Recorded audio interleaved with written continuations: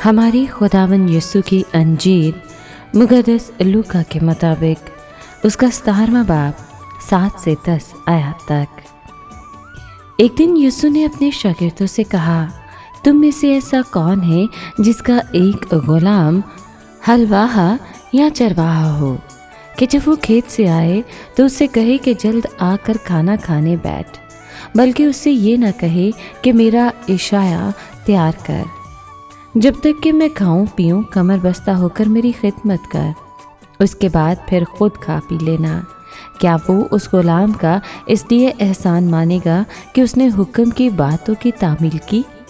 इसी तरह उन सब बातों की तामील के बाद जिनका तुम्हें हुक्म हुआ तुम भी कहो कि हम निकम्मे गुलाम हैं, जो करना हम पर वाजिब था वो ही किया।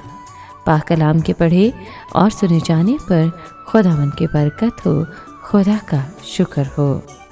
अजीज़ दोस्तों, आज के कलाम में हमने सुना कि मसीह यीशु ने एक नौकर की तमसील दी। ये नौकर सुबह सवेरे उठकर दिन भर खेतों में काम करता है।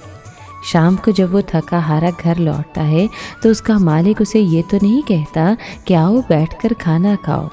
इसकी बजाय वो उसे हुक्म देता है कि मेरा खाना तैयार कर, और जब तक मैं खा पी कर कमर बांध कर ना बैठ जाऊँ मेरी खिदमत कर, इसके बाद तो खुद खा पी लेना।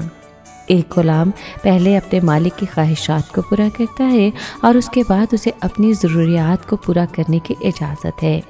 यीशु ने इस तमसील का सबक यूँ बयान किया कि इसी तरह तुम भी जब इन सब बातों को जिनका तुम्हें हुक्म हुआ तामील कर चुको तो कहो कि हम निकम्मे नौकर हैं, जो हम पर करना फ़र्ज था वही किया।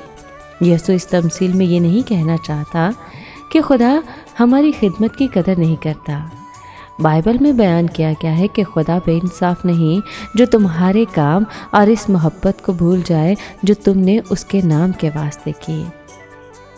दरअसल यीशु अपनी तमसील में इस बात को वाज़े करना चाहता है कि एक गुलाम अपनी मनमानी नहीं कर सकता। इसी तरह हम सबको चाहिए कि हम खुदा की मर्ज़ी को अपनी ज़िंदगी में पहला दर्जा दें, क्योंकि जब हमने खुदा के लिए अपनी ज़िंदगी को वक्फ किया है तो हमने वादा किया था कि हम आइंदा उसी की मर्ज़ी पर चलेंगे।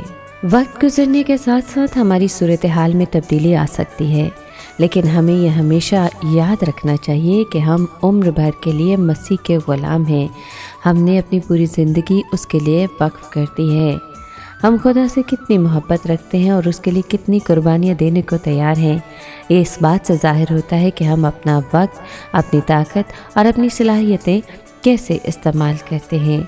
चाहे हमारी सूरत हाल कुछ भी हो, हमें खुदा की खिदमत में पूरी कोशिश लगाने का पक्का इरादा करना चाहिए। इस सिलसिले में पौलुस रसूल ने कहा है कि अगर नीयत हो तो खैरात उसके मुआफिक मकबूल होगी, जो आदमी के पास है, ना उसके मुआफिक जो उसके पास नहीं।